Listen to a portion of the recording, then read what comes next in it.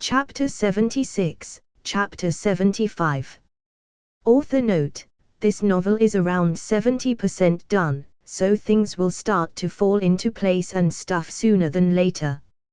So if you want to read chapters ahead what I have done so far, be sure to check my Patreon. I have 14 chapters ahead. Also, I'm starting a new novel on my Patreon first. But it will come way later on. I will post here once I have 20 chapters at least on Patreon. I don't know if some of you remember at the beginning of this novel that I said I had a Marvel Gamer idea. Well, I decided to flesh that out, with the first chapter already being on Patreon. For that novel the chapters are around 3,000 to 4,000 words per chapter. The first chapter is 3,400 words, so yeah, big pwah. Again, my dear people, just letting you sexy readers know, but I will post here only after I have enough backup for a daily update. https://www.patreon.com/cornbringer. Join the Discord channel so we can chat and maybe exchange ideas for novels. https://discord.gg/8474223b. Arriving at Pentos created a turmoil of emotions for me. For one, I was extremely angry with Illyrio and wanted to kill him, making sure he suffered a lot, but conquering Pentos took approximately 2 hours and had little to no bloodshed whatsoever. Apparently the high nobles of Pentos were quite the rational bunch, with the majority of them kneeling to save their lives and positions. Which in turn made capturing Illyrio a really easy task.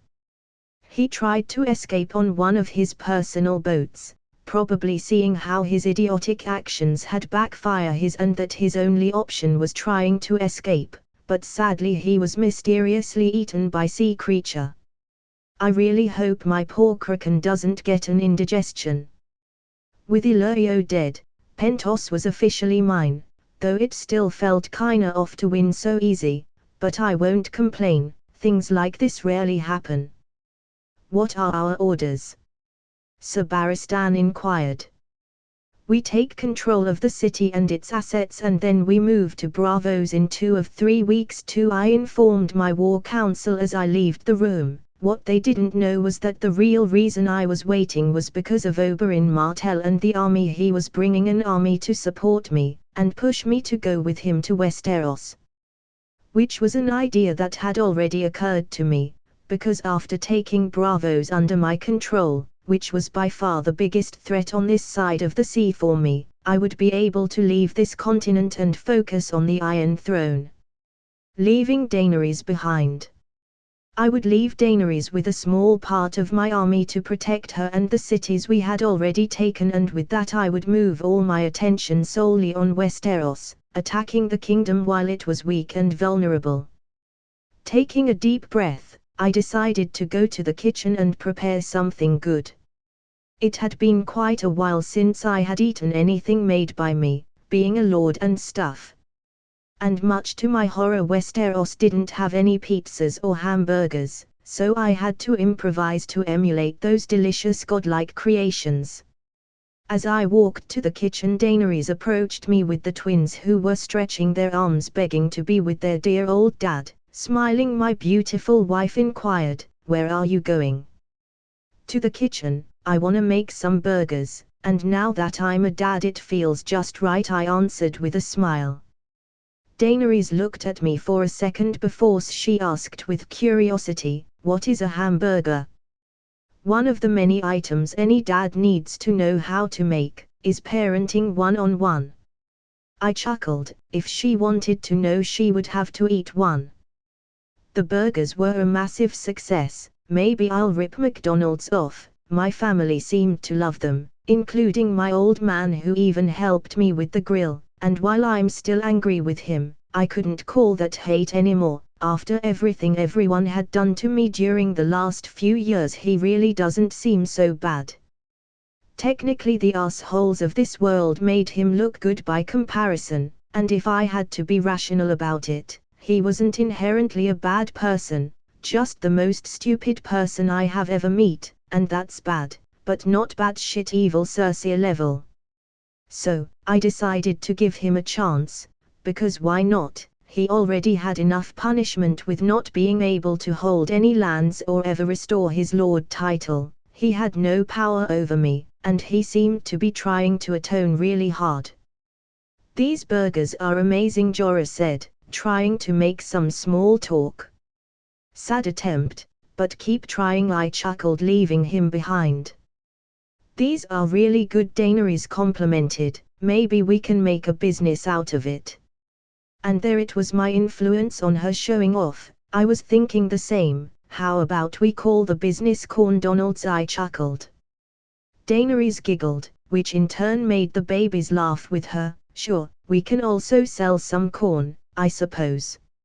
I kneeled to the baby's level and with a baby voice said, "And our mascot will be Ronald Corn Donald." I already exist, master. Out of nowhere a raven that kinda looked like the Joker flew to my shoulder. Existence is pain, master. Our lives are fleeting before us, don't you understand, master? With every cornless day the dark and sweet kiss of death comes closer and closer, waiting for us, haunting our dreams, and there will be a night where we will dream no more, where we will gasp for air but our bodies will fail, and all we can do every night is pray today isn't our night. But even then we can't never forget that fateful day is just in the horizon, waiting for us, and we will have to walk through it, and that's the one absolute truth in our lives, no matter our standing. Holy fucking corn. That was dark. That raven is scaring me. Daenerys smiled awkwardly.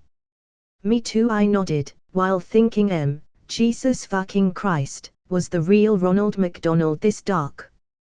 I need time to process this. Neltarian hissed.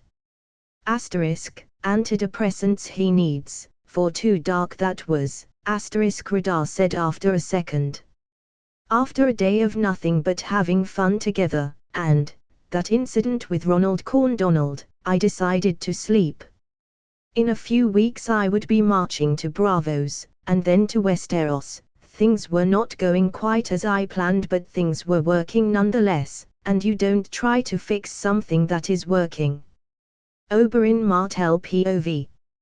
I was 2 weeks away from Pentos, and I never been happier. Our justice, our vengeance, soon I would make those who hurt my sweet sister lay with blood. The Mountain, Tywin Lannister and Amory Lorke, they in particular would pay for what they did. I would make sure of that. The day of justice is coming. Are you seeing this, Elia? Your brother will finally avenge you. I smiled at the sky, for when the sun shone it was my sweet Elia smiling at me from above. Ned Stark POV. The Martells has joined us, saying they could support us with over 40,000 me, that along what Renard and the North had was more than enough to crush the lions in the South.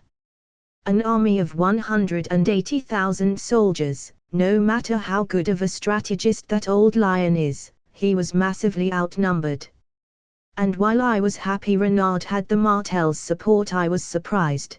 They didn't ask for anything, no money, no betrothal, no nothing. Perhaps they were joining to make the Lannisters pay for what they did to Elia Martell. Regardless of their reason, this made Renard's claim massively better than it was before. Renard is up for a surprise, I chuckled. Arya Stark POV. Renard was coming, I could feel it. Father had joined his side and so did the Snakes of Dawn. There was just a matter of time before he became our king. Knowing this, I focused even harder on my training. I had to help him. He saw talent in me when no one else did. He was the first friend I had outside my family, and whether he likes it or not, he is part of our pack, and I will protect him when the time comes. Arya, stop playing like a boy with that blade. Mother yelled at me, angry. I won't. I will be the first female Kingsguard, leave me alone. I shouted back. I won't accept this. Mother growled. I will be a battle lady, like Renard said. I stood my ground. That man is no king of ours. And no lady needs a blade. Mother said, trying to take my blade. And what do you want? Mother Songza entered the room with a feint getting between Mother and I. All you are teaching us is how to open our legs, and frankly that curriculum lacks a lot, or maybe it doesn't. I'm sure that opening our legs will work if we lose a battle and some men try to us. Songza. I will not tolerate this, you are out of line. I will, Mother tried to say, but Songza cut her. We have father's permission, you are the one out of line, Songza replied calmly, which in turn made Mother slap Songza on the face as she stormed out of the room. Wow, that was awesome, I said, smiling at my sister. I suppose I am, Songza giggled, rubbing her face, but do try to avoid her when training. I don't want to be slapped on a daily basis. Will do, I laughed. Comment. 38 comments. Vote. Chapter 77, Chapter 76. Author note, this novel is around 70% done, so things will start to fall into place and stuff sooner than later. So if you want to read chapters ahead what I have done so far, be sure to check my Patreon. I have 14 chapters ahead. Also, I'm starting a new novel on my Patreon first. But it will come way later on. I will post here once I have 20 chapters at least on Patreon. I don't know if some of you remember at the beginning of this novel that I said I had a Marvel Gamer idea. Well, I decided to flesh that out, with the first chapter already being on Patreon. For that novel the chapters are around 3,000 to 4,000 words per chapter. The first chapter is 3,400 words, so yeah, big bwah. Again, my dear people, just letting you sexy readers know, but I will post here only after I have enough backup for a daily update. https://www.patreon.com/cornbringer. Join the Discord channel so we can chat and maybe exchange ideas for novels. https://discord.gg/8474223b. 3 weeks passed since the grill day. Oberyn had yet to arrive, but I wasn't going to wait for him any longer, and I was already outside Bravo's at my war camp close, that was conveniently a few miles away from them, which apparently triggered the Bravo CC Lord because I was awakened by one of my Raven scouts who tells me that our camp will be under attack soon. Which made me glad I had decided to left Daenerys behind on Pentos for this one with 5,000 soldiers, while I fought the Bravo C right now. With a grunt, I jumped out of the bed and looked outside down the hill, confirming that a large group of soldiers was indeed approaching. Seeing they were at much 1 hour away, I quickly dressed as grabbed my weapons. Get ready. Bravos is coming, I shouted loud and clear for all my men to hear. The Unsullied were already ready and alert, with the Dothraki being the second part of my army to follow suit. They have a dialogue flag. One of my men shouted, so they wanted to talk. Let's. Bravos wasn't like any other place in this world, they were kind of democratic with the power structure.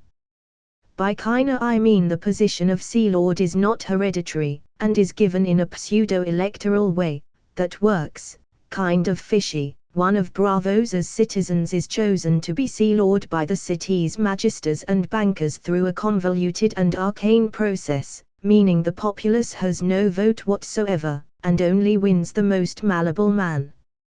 The choosing process apparently is intense by how the rumors go, but once chosen, the new Sea Lord serves for life. Bravo's current Sea Lord was Ferrigo Antrian. All I know about him is that he is a member of House Antrian, a noble house, and that he is who currently serves as the current Sea Lord of Bravos. But a Sea Lord was nothing without his sword. Each Sea Lord selects their first sword, who serves as their champion, captain of the guard, and ambassador sometimes. They were known for their immense prowess in battle and unique fighting style. Caro Volantin was the current first sword of Bravos, and probably the man I would have to kill soon enough. "Welcome, Lord Mormont," the Sea Lord greeted with a disapproving look on his face. "Is King, please be sure to remember that for however long you have," I said with a playful tone, letting him know he meant nothing to me. See, at first, I wasn't so sure about conquering Bravos. They seemed like an all-right place, so the idea of opening a peaceful dialogue with them occurred to me once or twice. But the moment they allowed someone to commission a ton of fucking wildfire, well, let's just say I don't have any more doubts. Bravos, and the Iron Bank are one.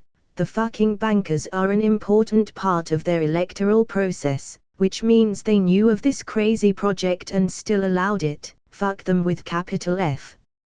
"Do you really think this will end well for you?"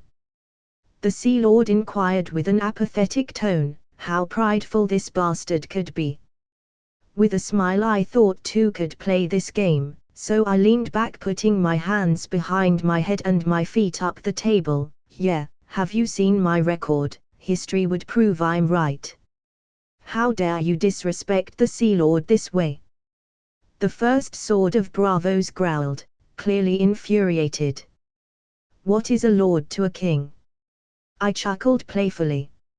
"As much as I like this nonsense, I came here to discuss the terms of your surrender," the Sea Lord said with a judgmental look on his face.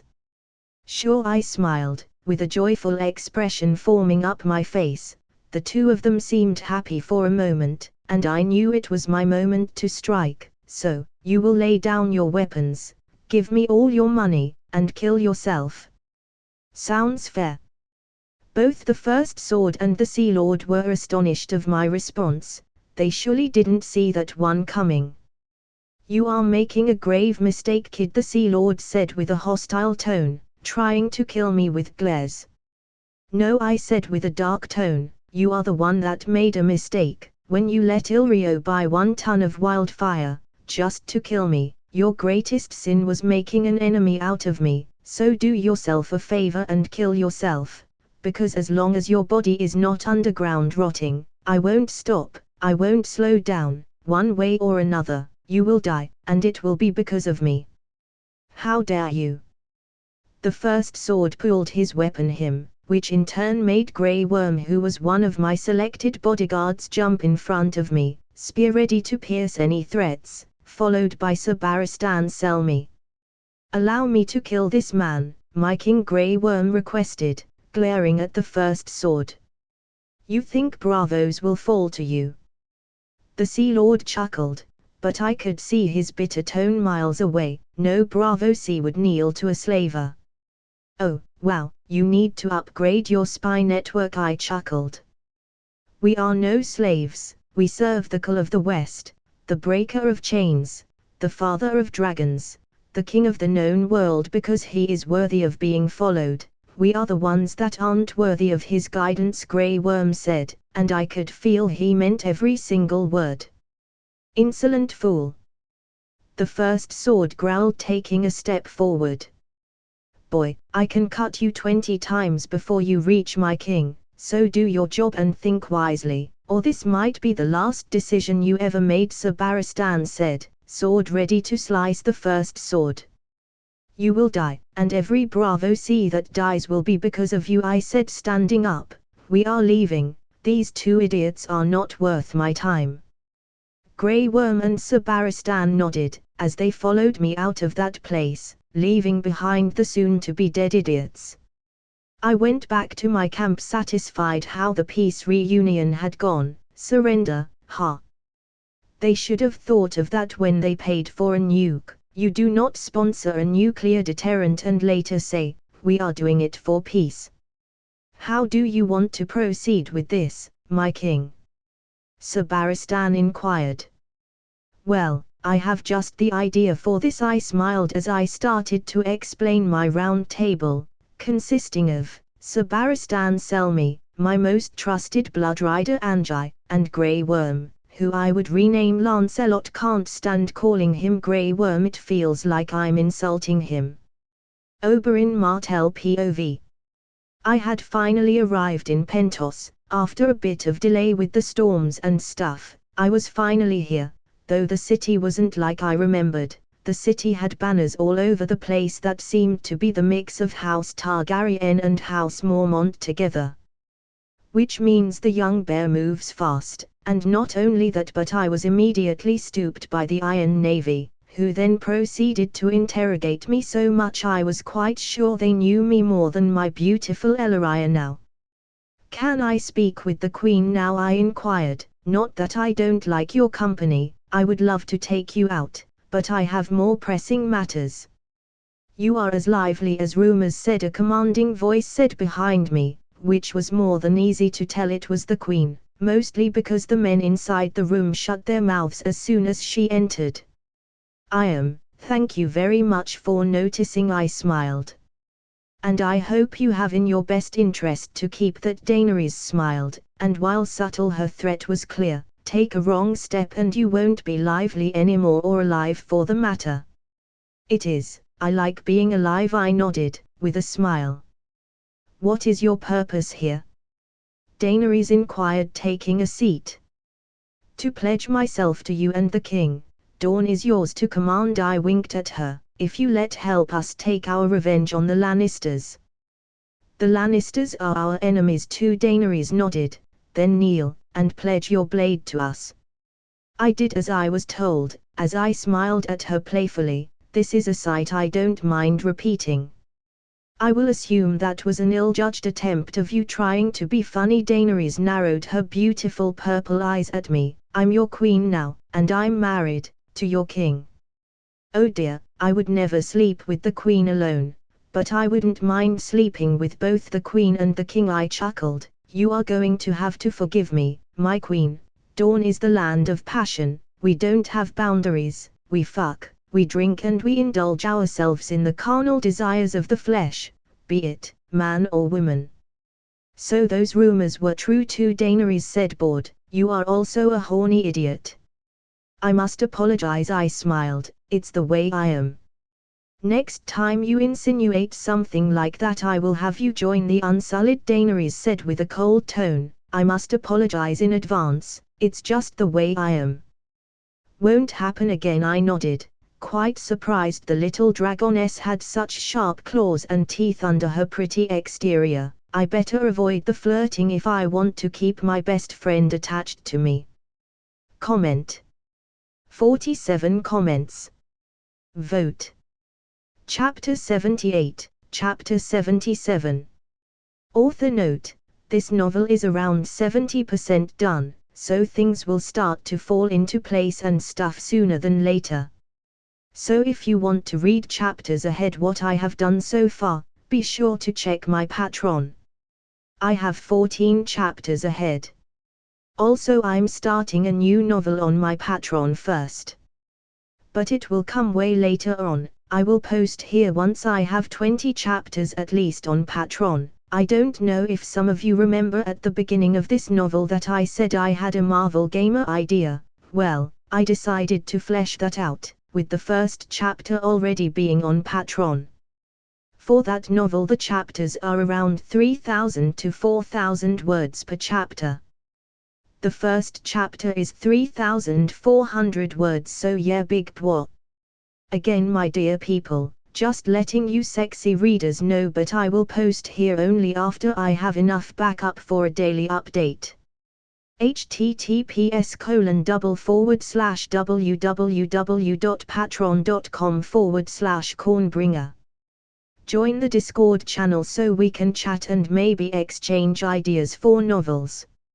https://discord.gg/8474223b. No wall surrounds my war camp, and yet, the Sea Lord was hesitant to attack me. He knew I was while young, dangerous, unpredictable. Or perhaps I was predictable. After all I do is win, but forgetting for a moment about feeding my own ego, I knew he didn't have the power to fight me up front, but that didn't mean he would resort to other methods.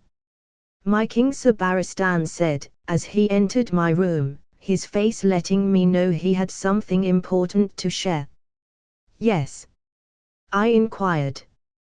"There is a messenger from Bravos here," Sabaristan answered, "and this information confused me a bit. Didn't I told the Sea Lord a day ago I would kill him? Why in the seven hells would he send someone to talk to me?" Taking a deep breath, I get off my tent, seeing a massive black horse rearing close to me, dust curling around its hooves. The horse was probably one of the most beautiful horses I've ever seen, and atop of that majestic horse, a piece of shit. A Bravusi messenger with a terribly scarred face and a pair of gold teeth. Of course, he didn't come alone, but considering that all he brought to a camp with 90,000 soldiers was nothing but 15 men, it was technically as if he came alone. Seriously, what can 15 men do with these numbers? The messenger took a step forwards, and I could already taste the smugness he emanated. "I bring word from the great Sea Lord of Bravos." "We can debate on the great part," I chuckled. "If he was so great, why counsel he comprehend my clear hostility towards him?" Many of my Dothraki approach the man with smirks on their faces. They touch the messenger hair and smell around him, and soon they all start to laugh. "Michael, this man smells like a woman." I started to laugh with my men. Well, I suppose it was to be expected. "A man that doesn't ride into battle is no man," my blood rider said with a smile.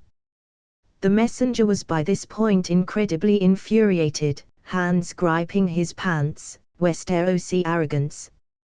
It will be the death of you all. If it were not for the diplomacy of the great Sea Lord, I would rip the breath from your lungs, with my bare hands." I chuckled as I walked towards him, leaning close to him, handing him a knife. "Oh my, threaten me with a good time. Go ahead, do it. None of my men will move. But be sure to kill on your first shot, because if you don't, you will regret it."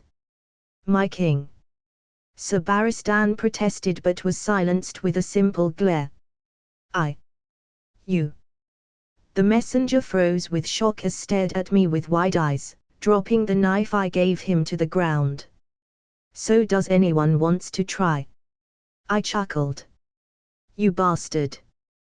One of the Bravo Sea guards couldn't take it anymore and dashed with his blade towards me. I turned to him, a volunteer with that. I dashed forward, kicking him on the neck with enough strength to shattering his neck, killing him in one shot. "I will fight you," another guard said. He was old but looked experienced. "If I win, will your troops go back?" "They will," I smiled, eyeing the still frighting messenger who was just silent, like a mute. The man grabbed a big sword and started to swing at me, quite slow. It was as if dodging someone trying to punch me underwater. With me not being underwater, after a while, this sad attempt started to get boring. "For God's sake, stop. This is stupid even by your Bravo Sea standards, and as we've seen this week, that threshold is vast. Is this just a game to you?" The old soldier growled, angry, holding his massive sword tight. I smiled. "A game? Hardly. If this were a game I would be having fun, or killing Joffrey. Now that sounds like a good time." "Ah!" The old soldier rushed at me, giving his last battle cry, that lasted for a few seconds before his decapitated head landed with a heavy thud on the floor. "Now, that was depressing," I chuckled, eyeing the messenger. The messenger composed himself a bit, and said with the utmost confidence, "If you value your lives over your complete annihilation, you must turn back now, while our great Lord is forgiving." I sighed, wondering where did he get all that bravado. He just saw me effortless kill 2 of his guards, before continue to shit through your mouth. "Bravo Sea, know that I am in a really bad mood today, so even a Lord's messenger, you will be held accountable for the words coming out of your mouth. Is that clear? Leave, and submit to the Sea Lord, and all will be forgiven," the messenger said, ignoring my threat. Just how stupid can someone be? Submission, he wanted me to submit. How fucking dare he? If you don't submit, he will kill you and everyone you love. Weaponizing my family, I see, and who's going to swing the sword? I inquired, angry. Your Sea Lord. That was laughable. You. Not in a million years. As I talk, I continue to move towards the man, and his guard's sword out. This. You can't kill the messenger. The messenger said, ordering his men to attack, but those were soon intercepted by my own guard, who were dealing with them quite easily. I told you, I whispered close to his ear. Next time, learn to listen. With that, I pushed my blade through his heart, as I stared deep into his eyes, seeing his life slowly drain out of him. Panic, fear, anger, were just a few of the emotions I was able to read on his face before the sweet release of death came for him. Kill everyone but one, I ordered my men. After all, I wanted someone to deliver the message that peace was never an option. They threw that to the trash when they helped my enemies. Oberyn Martell POV. The beautiful, but really scary queen, had ordered me and my army to go and help Renard. Apparently, he is fighting with Bravos. I didn't bring many men, but she said that I had to prove my loyalty by being there for my king. The things I do for revenge, the things I do for love. I finally had the chance to avenge Elia, my own sweet little son that was taken from us by those wretched lions, and if the price to get the revenge Dawn has been waiting was to kneel for a new king, we would do it. I didn't care who sat on the throne, all I knew is that I didn't want it. Too much work. My only desire was to kill Tywin and his men. Let's go, men, we are going dancing to Bravos, I ordered, not really sure if any of my men understood my clever wordplay about Bravos water dancing. Dario Nahari's POV. The young bear had changed his schedule completely, and here we were with a contract of defending a city he might not even attack anytime soon. But I suppose getting paid for doing nothing was also acceptable. But one thing was absolutely true, I still had no idea how we would win, when all we had was 500 soldiers. I'm not really sure what the masters of Yunkai expect. Because unless we each kill 200 of his army without dying, this was a suicide. Tywin Lannister POV. Dawn had pledged their loyalty to the young bear in Essos, that alongside the north gave the bear around 80,000 soldiers. That alone was very troubling, but to trust was just the beginning. The boy had also managed in Essos to acquire an army of 100,000 soldiers, which would bring his army to 180,000 soldiers. And while the young bear continued to grow and grow, our resources, our men, and everything we needed for this war was benign depleted. Slowly but surely, every day we were weaker, and because of that we would pay. If only we could get the Tyrells to join us, we would have a better chance at winning this. Renly needs to die. With Renly dead, we would be able to marry Margaery to Joffrey, and in the process we would even the numbers out, because so far, the boy was ahead of us.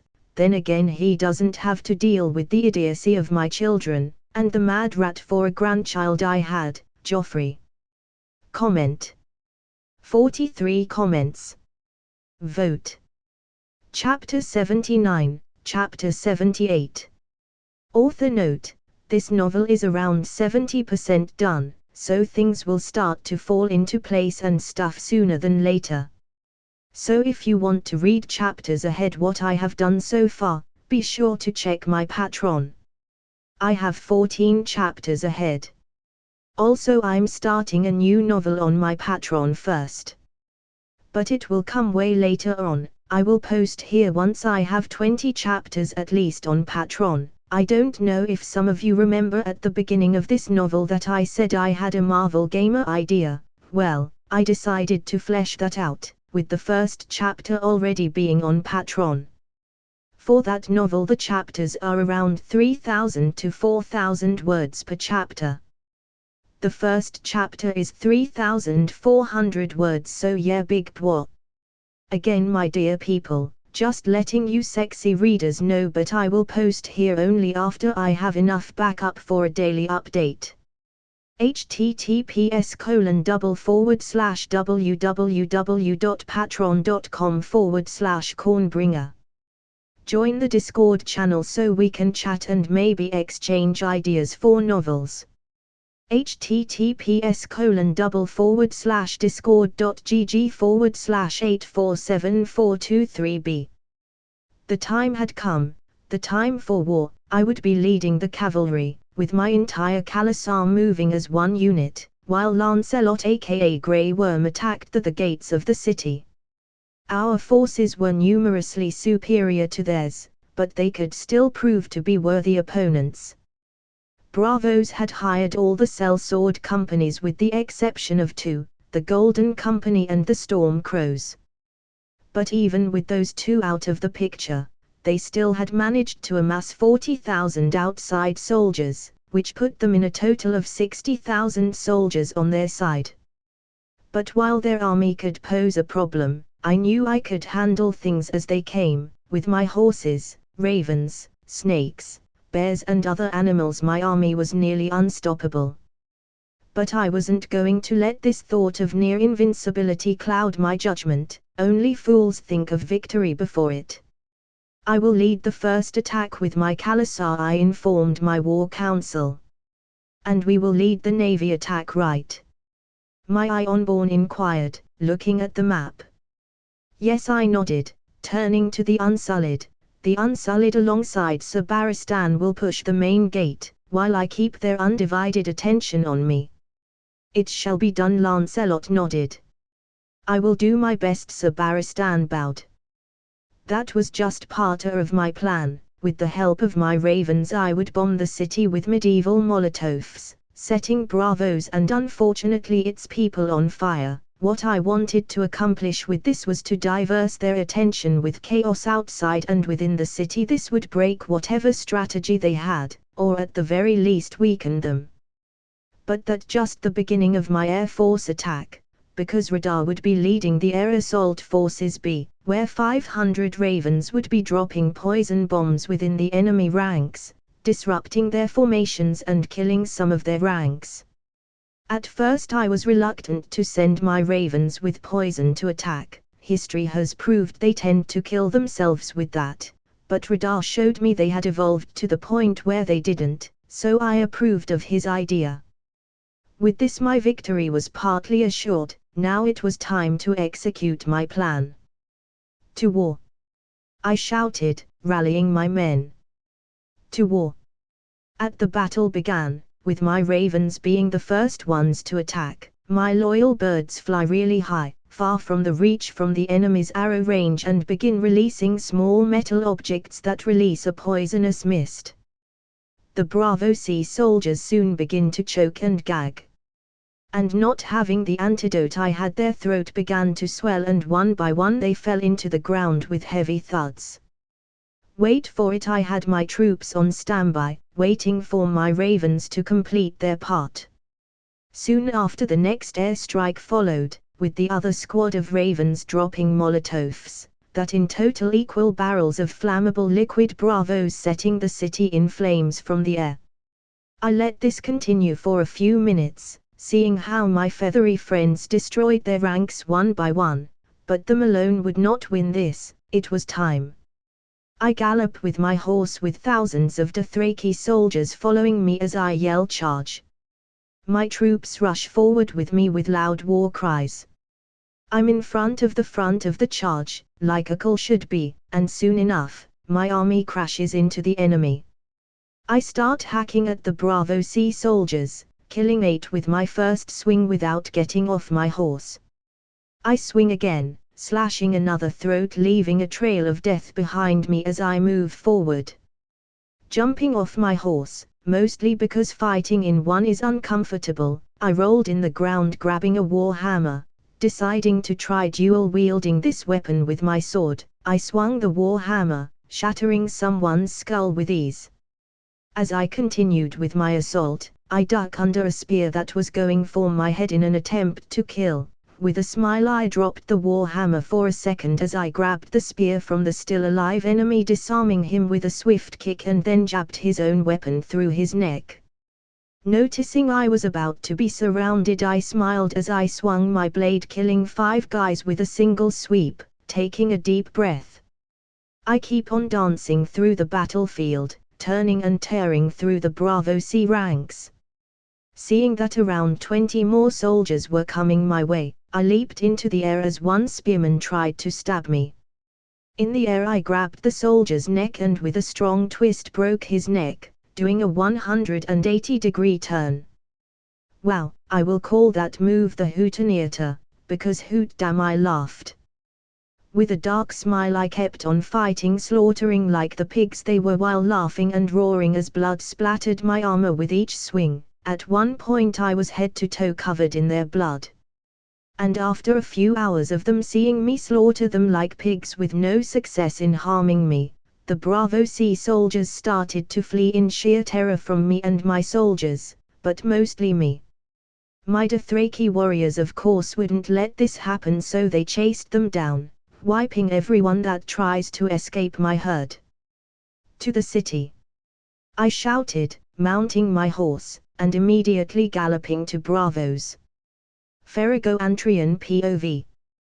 The city was burning, our army was being slaughtered. If this continued we would lose by the end of the day. I was so sure we could hold him down, for years if necessary, but how was I supposed to know he had trained his ravens to drop poison and fire? The only option I had was to challenge him to a duel, his champion against mine, the winner takes all. Send a raven to the young bear. This was my last bet, and the last path to victory we still had. My first sword was sure to win for me this war, for there wasn't any better swordsman than him. Renard Mormont POV. A few hours after the slaughter outside the city walls, a raven arrived from the Sea Lord. He wanted to avoid any further Bravo C blood to be spilled and requested we solved this with a duel, his champion against mine. The duel had but one rule: I couldn't fight. This was a high-risk, high-reward situation. If I won, Bravos would be mine faster, and I would lose less, but if my champion lost, I would have to stop invading them. Allow me to fight for you, Sir Barristan said, kneeling. I have fought more duels than any man alive, and I'm still here. Let me win this battle for you. The old knight was right in one thing: he was my best option. My Dothraki weren't good at fighting armored knights, and I wasn't sure Lancelot could win against the first sword. Bring me honor and glory, I nodded, and I could see as if I had given the man the crown or something. His spirit was fueled with a strong drive to win now. I will, my king, Sir Barristan said, with his tone sounding as if he was stating a fact, the fact that his victory was assured. Brian of the Kingsguard POV. I was finally serving the man I loved. I knew I would never be his queen, but this was more than enough. To be his blade was more than enough. Today we were preparing for battle, to battle with Stannis's forces the next dawn, and I was guarding him, but a cold and chilling air invaded my very core, fear turning me blind for a second. Immediately I turned around to see a shadow approaching Renly. No! I shouted, rushing to save my king, but it was too late. For all I managed to accomplish was seeing my king being slain by the animated shadow that looked like Stannis. I had failed to protect the man I loved. I failed my duty, but I would avenge him. Comment. 33 comments. Vote. Chapter 80, Chapter 79. Author note: this novel is around 70% done, so things will start to fall into place and stuff sooner than later. So if you want to read chapters ahead what I have done so far, be sure to check my Patreon. I have 14 chapters ahead. Also, I'm starting a new novel on my Patreon first. But it will come way later on. I will post here once I have 20 chapters at least on Patreon. I don't know if some of you remember at the beginning of this novel that I said I had a Marvel Gamer idea. Well, I decided to flesh that out, with the first chapter already being on Patreon. For that novel the chapters are around 3,000 to 4,000 words per chapter. The first chapter is 3,400 words, so yeah, big boy. Again, my dear people, just letting you sexy readers know, but I will post here only after I have enough backup for a daily update. https://www.patreon.com/cornbringer. Join the Discord channel so we can chat and maybe exchange ideas for novels. https://discord.gg/8474423b. As I had agreed on paper, I had chosen a champion, and with the champion I met in the arena with the Sea Lord of Bravos, ensuring it was both a neutral ground for me and for him. My champion was Sir Barristan, who was more than ready to duel the first Sword of Bravos, master of the infamous water dancing sword style. The crowds in the arena were roaring in anticipation, wanting for the duel to start, and as for me, I was anxious, wondering why the hell I accepted this in the first place. I had already won partially, but it was too late now, so I decided to trust the old knight. And besides, it has been ages since I have seen a proper sword fight, where I'm not involved. Taking a deep breath, I stand up and shouted start. Seconds after, the two blades clashed and it was like a lightning storm coming together in one place. Quite impressive being on the other end, seeing a battle unfold with some good wine and food. While many are blinded and deafened by the clashing of metal on metal, I find myself enjoying the thrill of this show, which made me worry a bit. Did I enjoy the possibility of losing, or that someone else was fighting for me? Or perhaps I just liked the fight with no secret motive. The crowd was apparently like me, enjoying the show because they were going wild, some cheering for Barristan and some for the first Sword of Bravos. I looked over at the first sword and saw him struggling but standing his ground against the seasoned knight. In a brief moment he noticed I was looking and smiled at me with a toothy smile. "The fuck?" I muttered, looking over Barristan. "Kill him now." I had a feeling they were planning something, but what? At my command, Barristan charged at the first Sword of Bravos, with blinding speed, and while he wasn't nearly as fast as me, it surprised me time. With a singular move his blade flashes in the shock. The first Sword of Bravos barely moves out of the way, avoiding lethal damage, but not crippling damage. I knew because of how long the Bravo Sea took to reach that Barristan was going to be faster, too fast for him to avoid completely. Which is why the first Sword of Bravos ended up with Barristan's blade buried on his right shoulder, which made him drop his own sword. Pain and shock froze him for a brief second, and that brief second was all the knight needed to win. In a swift motion he took his blood-covered blade out of the Bravo C's shoulder, proceeding to sever his head immediately after. The duel was complete. I had won. Barristan turned around, and kneeled as he said, "This victory is in honor of my king, long shall he reign." I won. I turned with a huge smirk on my face to see the Sea Lord of Bravos smiling. For now the Sea Lord cackled. "Okay, please enlighten me." I sighed, wondering what they did to think they still had a chance. "Any moment now the poison in your wine will take effect." The Sea Lord smiled, looking at my wine. "You won the battle, not the war, young bear." "And my men?" I inquired. I had brought 100 guards with me, keeping my army outside, and while I doubted he managed to poison them, I had to ask. People tend to spill everything when sure of their victory, though I wonder how he will react when he finds out I'm immune to poisoning.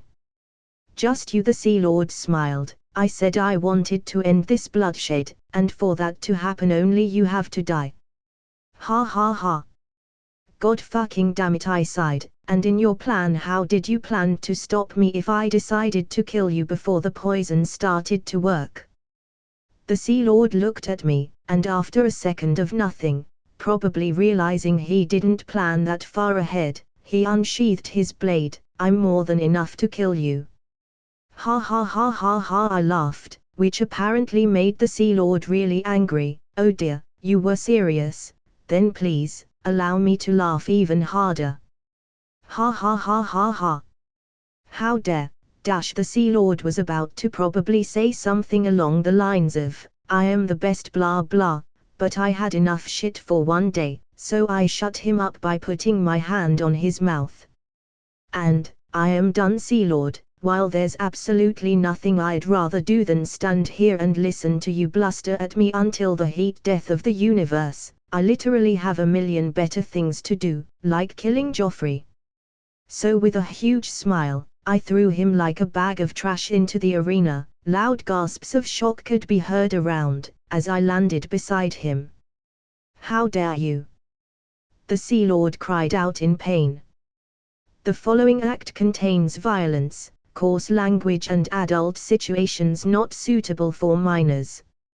Viewer discretion is advised. I chuckled as I grabbed the crying Sea Lord by his shirt, snapping his neck like a stick before he could even process what was about to happen.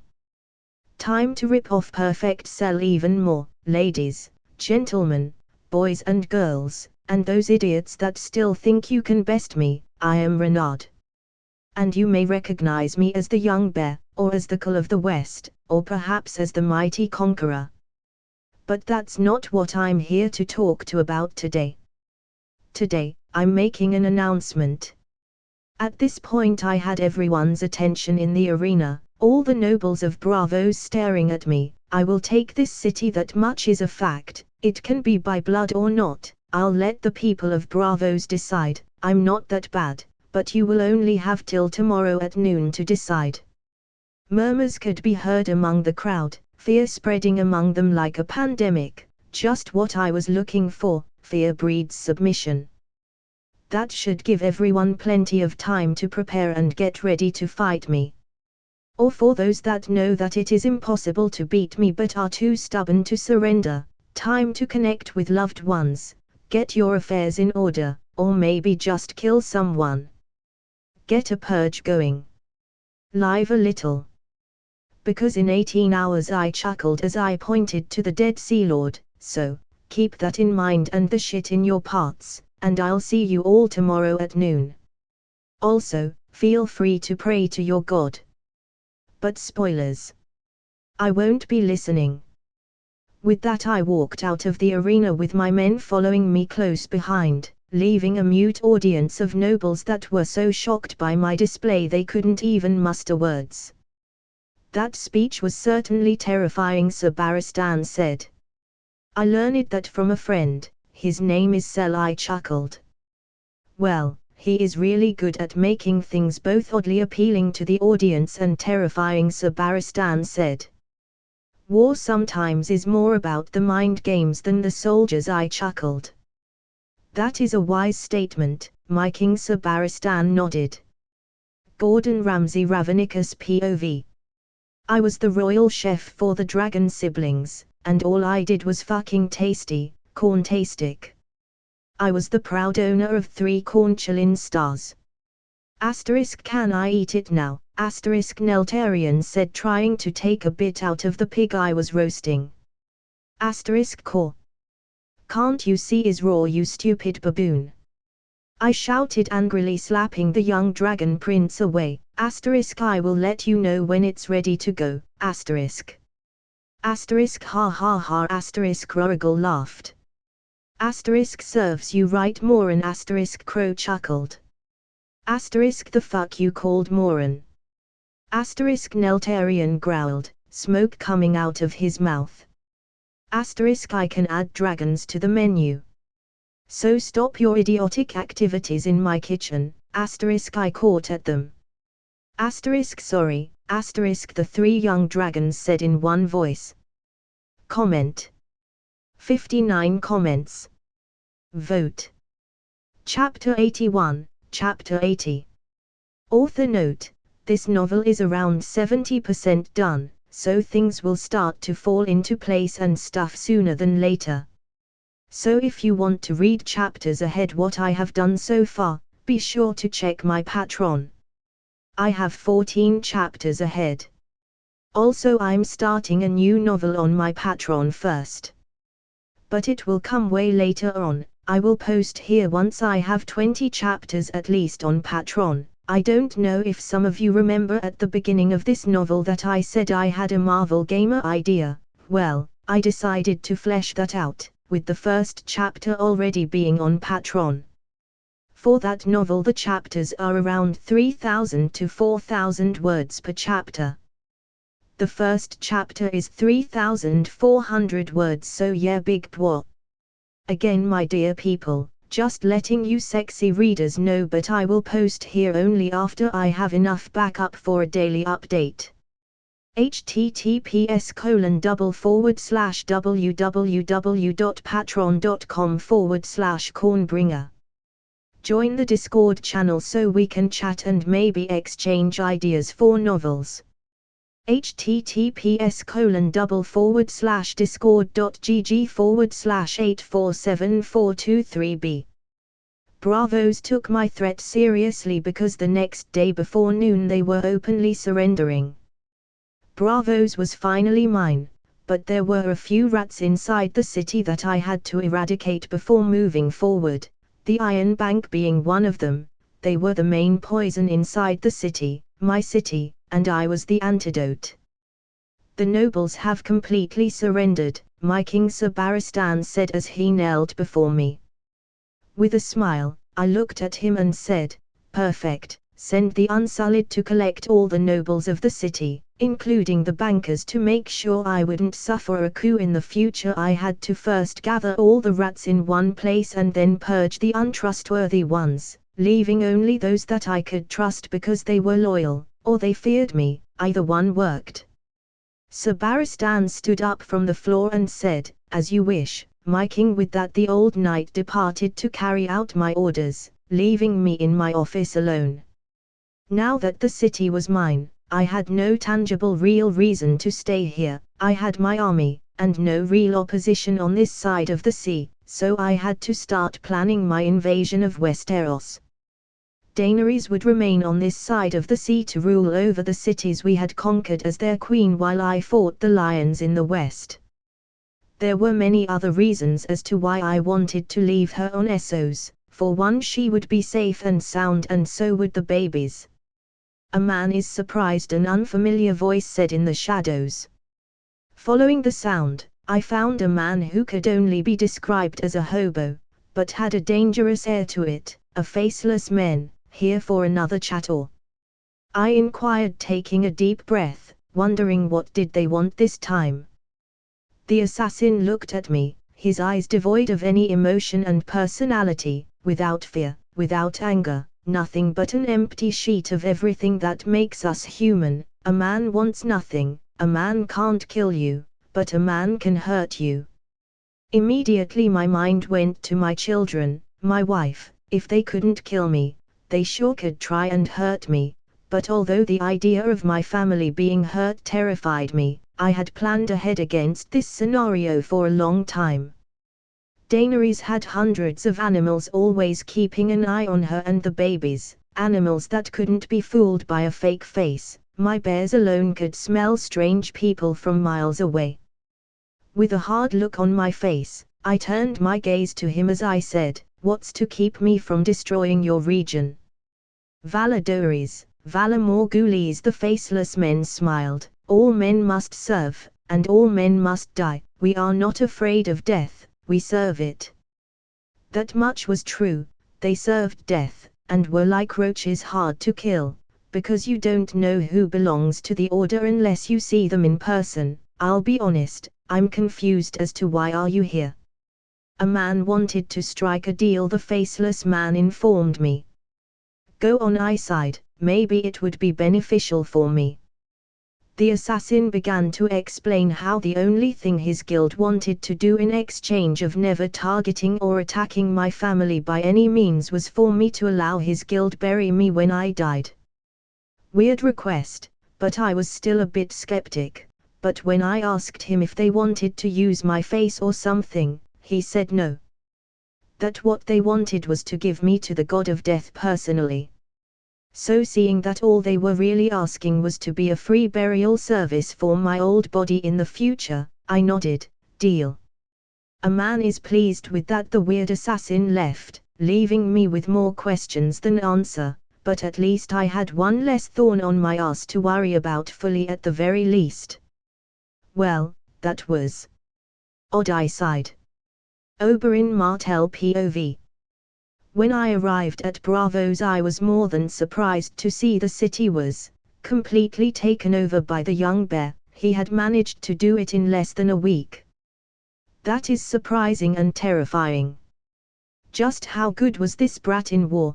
To lead the Dothraki he had to be strong, and to win wars he had to be smart, a really fearsome combination. State your business. I was abruptly stopped by an unsullied warrior, pointing his spear at me. My name is Oberyn Martell, I was sent here by the Queen, I chuckled, taking a step back. I'll let the king now, don't move. Oh, the unsullied, always straight to business, no fun, but how nostalgic. It reminds me of the old days, when I was traveling around Essos training among them. Rude, at least give me your name, I smiled. Lancelot. Lancelot, well, that was a weird name for an unsullied. If I remembered correctly, their masters forced them to change names every day, and their names would usually be something insulting and demeaning. Don't worry, I'll wait here. I waved him off. Renard Mormont POV. Oberyn has arrived, a tad late if you ask, but I suppose is the intention what really matters. With his house I had the support of 2 out of the 6 great houses in Westeros. The Greyjoys were a thing of the past, so I can't count them. Now all I had to do was get some ships and move my army to the west, and start planning my strategy. From the top of my head I had many ideas, a lot of them involving rats, for King's Landing had thousands of them, but I would have to wait. My King Oberyn bowed. Let's get to the point, shall we? I knew what he wanted and he knew what I wanted, so why pretend? I know the only reason your house is joining us is to destroy the Lannister, which is totally fine. I hate those lions for the most part too, but what comes after that? After the destruction of you enemies, what comes next? I didn't want allies that would turn their backs at me once their own personal vendetta was complete. I wanted to know to what extent they would stay. Oberyn looked at me and after a second of humming started to laugh. A straight-to-business man, I can respect that. Don't worry, you will have Dawn's loyalty as long as you let us have our retribution. By the end of that his tone of voice was dark and cold, the complete opposite to his normal cheerful demeanor, as if a switch inside of him had been turned off. Then we won't have a problem, I nodded. If all they wanted in exchange of their loyalty was Tywin, the Mountain and the other idiot that fucked their family, they could have them.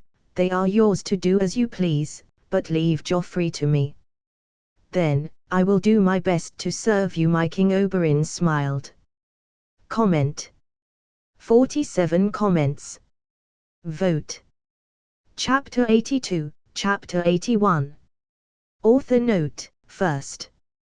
I'm sorry for the delay, I was, really, and I mean really busy today, like you have no idea. Seriously. The novel is around 56 to 60% done. I thought I would go down with 120 chaps, but for the ending I have planned I need more, so there you have it. Anyhow, if you want to read ahead, go to my Patreon. I have 15 delicious, succulent, marvelous chapters ahead. https://www.patreon.com/cornbringer. It was time to go for the crown. but before that I had to make sure that Daenerys had enough military power to hold the cities we had conquered in Essos. Considering that we had an army of 100,000 soldiers, I decided to leave Daenerys with 30% of our army, not counting animals. That way she would be safe, and with enough military strength to fight back. In total, she would have at her disposal 40,000 soldiers, and about 40,000 animals, including horses, bears, ravens, and other animals. Leaving her with a total of 80,000 soldiers ready to die for her. Meanwhile, I would take about 6 to 5,000 soldiers west to attack the Lannisters, not counting my animals and Neltarion who had begged to go with me. There was no longer any reason for me to stay in Essos. By conquering Bravos and eliminating all rats within the city, I had cemented our power in this continent as something unshakable and unstoppable. I should go with you, Daenerys argued. She was not happy with my decision, and in part, I could understand her. But if she came with me to the west she would become a target for the Lannisters, whereas if she stayed in Essos, no one would be able to reach her. The Krakens would make sure of that, stopping any ships that weren't mine. I know, honey, but I need you to keep this place under control. You are my queen, and you must rule this continent while I'm away, I said, kissing her hand. I understand, but I don't like it, Daenerys sighed with a faint smile, and in her eyes, I could see clear as the day that more than wanting to avenge her family, she didn't want to be separated from me, which made me immensely happy. The fact that she loved me more than she hated those who betrayed her family was impressive of its own. The ABA. Geralt babbled adorably, once again melting my heart. You two are going kill daddy with that cuteness, I chuckled, kissing my son on the forehead. Alyssa on the other hand was laughing as she looked at me as if I were the best clown in the world. Is daddy funny? Daenerys asked playfully to our daughter, who answered with more laughter. He, I chuckled, carrying the twins high in the air. My two treasures. I thought with Daenerys I had experienced true love, and in a way I did, but with my kids, I felt like gravity wasn't holding me on the ground anymore. It was them. I would kill, die and suffer for them without hesitation. Oberyn Martell POV. After helping my new king eliminate the threats, or rats as he calls them, within Bravos, I decided to test how strong he really was by challenging him to a friendly duel. I knew he was strong. The almost 100,000 Dothrakis following him were more than enough proof, but I still wanted to see just how strong he was. I lost the duel in under 1 minute, and I can't tell that minute was just him being graceful. I wasn't prepared at all for the abysmal difference between our strengths. For the first time in decades I felt like a child fighting against a master, but with the difference that something inside me knew for certain that no matter how much I trained nothing would shorten that massive gap. But this didn't bother me at all. On the contrary, I preferred to follow a king with strength and intelligence, someone who would lead his army by example, risking his life first so that others would do the same for him. That's the king of King Dawn would follow, not an entitled brat with a doubtful claim to the throne. We didn't care he came from a small house, or that he didn't have royal blood within him. In Dawn we judge the person by their worth, not that of their family. Though him having married Daenerys helped, but that only helped him so much. Well, things ought to be fun with him around, I chuckled, eager to leave Essos, and wage war against those rotten lions. Tywin Lannister POV. In a fortunate event, Renly had died in a mysterious way. Some said that a shadow entered his chambers and killed him, blood magic, others that one of his own knights had betrayed him. In the end, it didn't matter how died, because with Renly out of the picture we could turn this war in our favor. By marrying Joffrey with Margaery Tyrell we would secure an army that alongside ours would be able to face the young bear and his army. The idiot of a daughter I had was not happy at all with my decision to marry her little mad dog off to a Tyrell, but her opinion on the matter was irrelevant and non-important. Without this alliance we didn't have much of a chance of winning this war. Cersei will not forget this, Father Tyrion said with a sigh. Perfect, let her, she is not here to rule. If she were we would have already lost the crown by now, I replied with apathy. Cersei had to understand that she was not as clever as she thought she was. In fact, among my children, she was the most problematic. On that, we can agree. Tyrion laughed for a brief second before asking, with Renly out of the way, we can focus on dealing with Stannis. We still have time before the young bear arrives. Any ideas? I glanced at Tyrion for a second, as he filled his cup of wine, before I answered. Stannis is more experienced in the art of war than his little brother was in the art of war, but he is as charismatic as a cow. He doesn't inspire loyalty out of love or fear. He will fall in his time. I see, Tyrion hummed, sitting back on his chair. Olenna Tyrell. The sorry excuse of a man whom we had allied with had died, and in part I was thankful. This, of course, led the lions to invite us to their side immediately. Maybe they killed him, or maybe they were desperate with the imminent threat that Renard Mormont represented. They wanted to marry Margaery to that little demon named Joffrey. Rumors of his cruelty and madness had already spread far and wide across the Seven Kingdoms, and I was not going to allow my granddaughter to suffer at his hands. Margaery would be queen, but not with that spawn of the Hell as her king. Tommen Baratheon, on the other hand, was, as rumors say, soft, king-hearted and more importantly manipulable. Joffrey had to die. Besides, it not like anyone but his mother would miss him, but I doubt even Cersei is that blind to love that thing. When are we going to the capital, grandmother? Margaery inquired, content with the idea of marrying hastily to secure her position of queen. In 1 month, I answered with a faint smile. Poor naive child, good thing she has me to protect her, otherwise the idiot of a son I have would doom her to a life suffering. Jon Snow POV. Humanity was in grave danger. The others, the White Walkers, existed and were moving, evolving, ever-changing. I had to let others know they were real. But before I managed to escape, a cold voice stopped me. Humanity's time has run out. You now walk upon the darkness, child. The light won't protect you here, young dragon. Nothing will, the undead said with a cold tone, the same one that had killed my entire scout party. All will serve in death. Comment. 45 comments. Vote. Chapter 83, Chapter 82. Author note, here you go people, early this time he. On other news, I will eventually make a post so that you guys can help with future ideas for novels. With love, your cornbringer.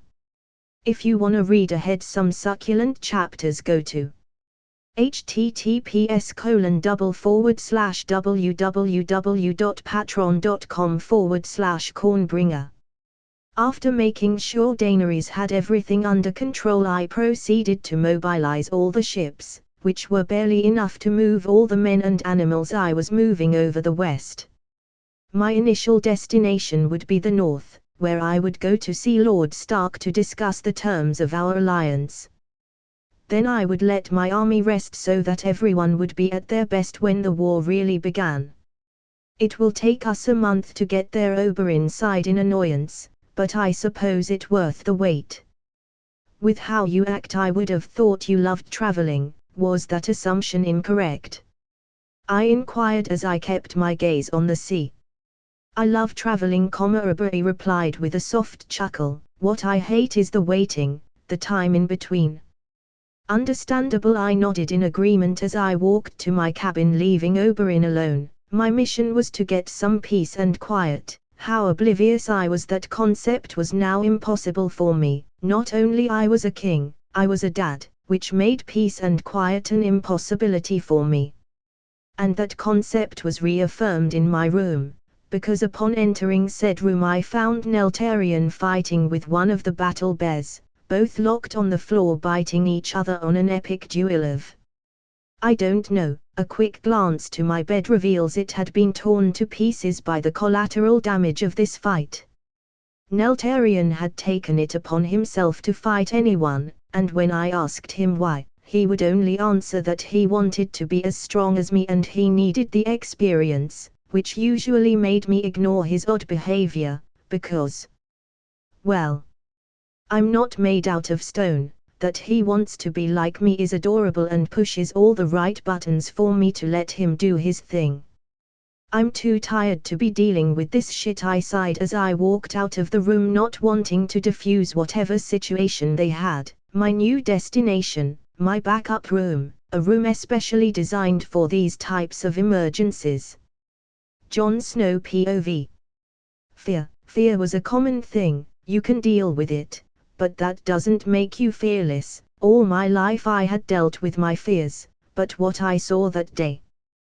That thing, how his mere presence made me the grip of death, that was something I wasn't prepared to deal with. Don't be afraid. I won't kill you, yet. But let the bear know I'm coming for him and in my path. All life will end. I had been forgiven. Spared just because I served a purpose, a menial purpose, to deliver a message. I wanted to fight, I wanted to kill that thing for what it did to my brothers in the Watch, but my entire body refused to raise a finger against him. No matter how hard I tried, all I could do was see him leave, not before he desecrated even more my fallen brothers by raising them from the death, to be nothing but mere puppets. Humanity as a whole was at risk. The crown, the lands, the power, nothing would matter if we didn't stop that monster. This was bigger than me, bigger than the Game of Thrones, and more importantly bigger than my oath to the Watch. I had to break my oath, and even if I ended up dead because I had deserted the Watch, it would be worth it if I managed to warn just one person. We are leaving tonight, Ghost. I petted my one trustworthy friend, who tilted his head in confusion. Lord Snow, hurry up and go and clean the gates. One of my superiors shouted. This was my opportunity. No one ever supervised me when cleaning the gates that were going south. No one suspected of me. After all, I came here out of my free will. This was perfect, especially because it was night. It would take them a while to notice I was gone, and by the moment they did notice, it would be too late. Yes, sir, I nodded, going to the gates with Ghost behind me. Hours passed by, and my moment to escape finally came when the Watch was switching the men to watch over the tower. I ran, like never before, knowing full well that if I stopped even for a second my life would be forsaken. I had to, for I no longer was fighting for myself, but for the living. I had to survive just 1 month. That's all the time I needed to get back to Winterfell and warn my father of this. Young Griff POV. Renard Mormont was the biggest threat to my reign. He had a massive army. He was good at leading and he was married to my aunt. All I had was the Golden Company, and that wasn't enough to deal with him. Not only he was a thorn on my side on Esso, but he was also one in Westeros. My sources say he has alliances with Dorne and the North. There was a chance I could win Dorne over, by offering them my hand in marriage, but I had a feeling I would die before I even managed to move with that plan. So I had to resort to other means to achieve what I wanted. I had heard stories of how the free folk are numerous and good at fighting, and how they would do anything to go across the wall. The Malone were more than enough to fight Renard, perhaps even outnumber his army, and all I had to do in order to win, was offer the Wilding what they have always wanted, their freedom, in exchange for loyalty.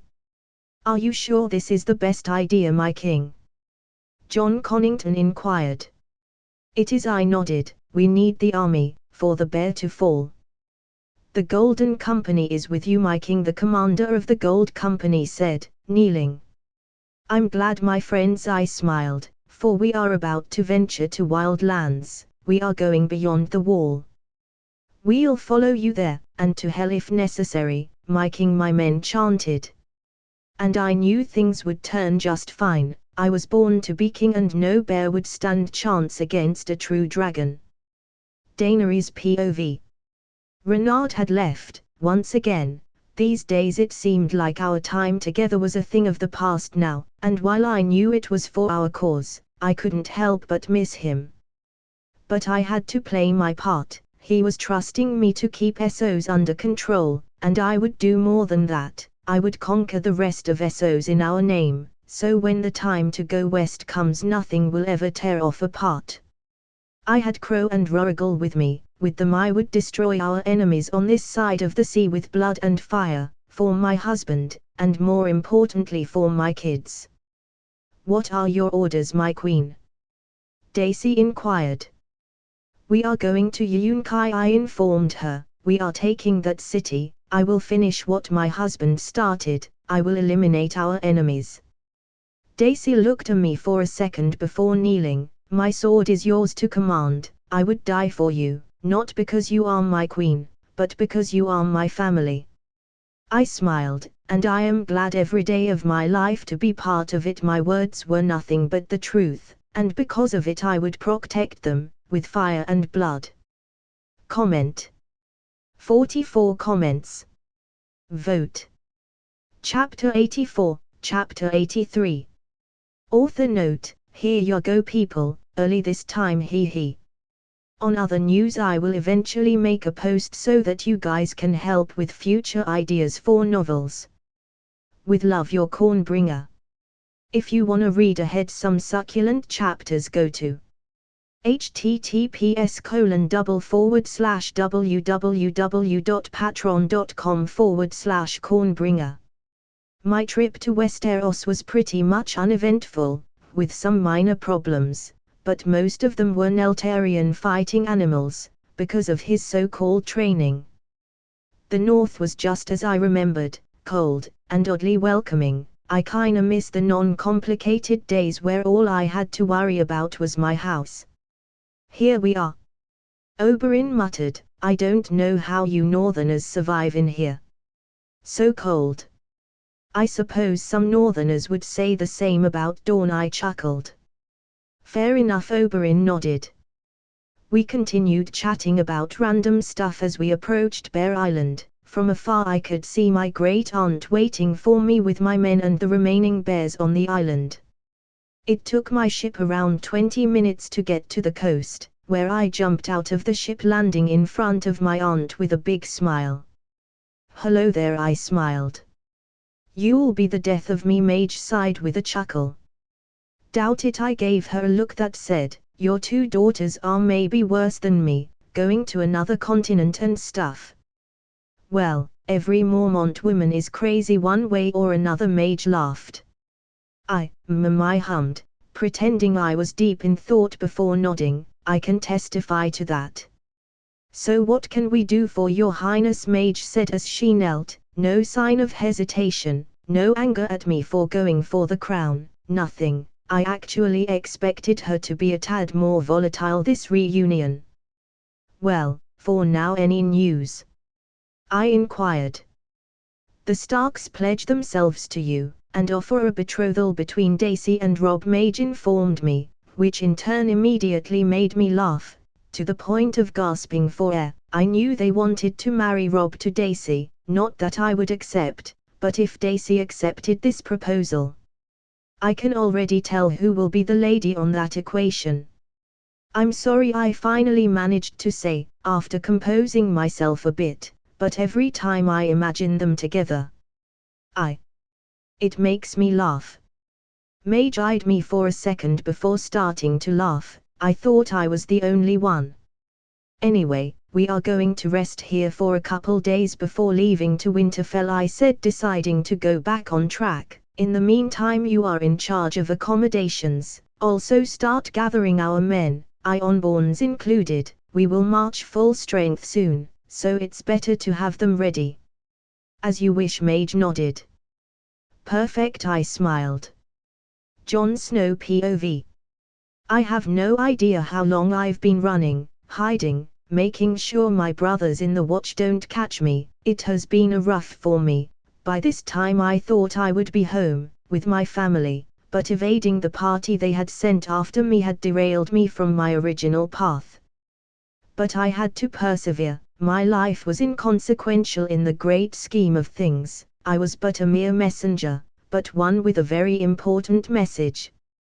That night will forever haunt me, the night I fully realize I was too weak, a bastard that couldn't even die right. But besides the fact that winter was coming for us all, there was another thing that didn't make much sense to me. Why did that monster refer to me that way, calling me a dragon? Did that had something to do with my mother? No, I must focus. I'm the only that knows about the dangers beyond the wall. What or how that monster talked to me is irrelevant right now. If we keep this pace we should be won in 1 or 2 weeks. Ghost, I petted my companion. Growl. Ghost tilted his head. I don't know, but we are in it together, I chuckled, feeling as if he asked me what would be of us after we delivered the message. I would probably die for deserting the watch, but Ghost could stay with my family. After all, he didn't break an oath.